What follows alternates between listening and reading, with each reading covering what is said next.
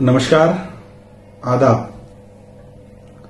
आज एक बहुत ही बुरी खबर के साथ मैं आपके बीच में आया हूं।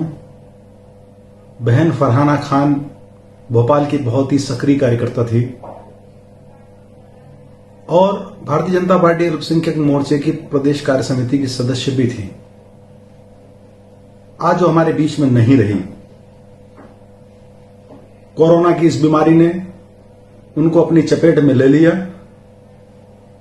मैं अल्लाह ताला से दुआ करता हूं कि अल्लाह ताला उनकी मग़फ़िरत फरमाए, जन्नतुल फिरदौस में उनको आला से आला मुकाम अता फरमाए।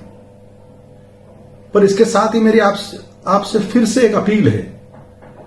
मेरे भाइयों और बहनों, थोड़े से भी लक्षण आते हैं, थोड़ा सा भी बुखार आता है, हाथ पांव में दर्द हो, गले में खराश हो, सूखना हो गले का, आप तत्काल जांच करवाइए। आप घर में बैठकर इसको सामान्य मत लीजिए।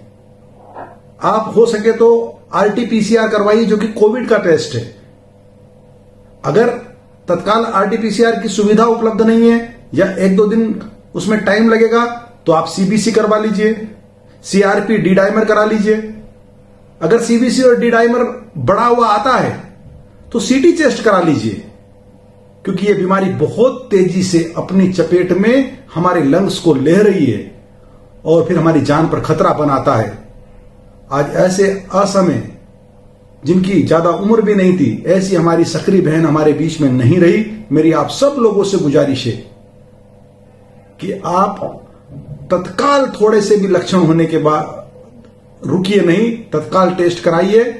और जो कोरोना का प्रोटोकॉल है, जो हमको आइसोलेशन में रहना चाहिए, क्वारंटाइन रहना चाहिए, जरूरत लगे तो हॉस्पिटल जाना चाहिए, ये सब हमको तत्काल करना चाहिए। हमको घर नहीं बैठना चाहिए। इस बीमारी को सामान्य बीमारी नहीं मानना चाहिए। सामान्य लक्षण भी हो तो जांच कराइए, ऐसी मेरी आप सब लोगों से गुजारिश है।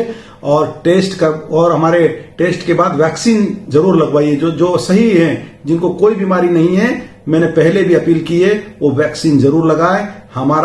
हमारे परिवार का, हमारे समाज का और हमारे देश का ध्यान रखें। हमको अपना देश बचाना है, अपना परिवार बचाना है। बहुत बहुत धन्यवाद, बहुत बहुत शुक्रिया।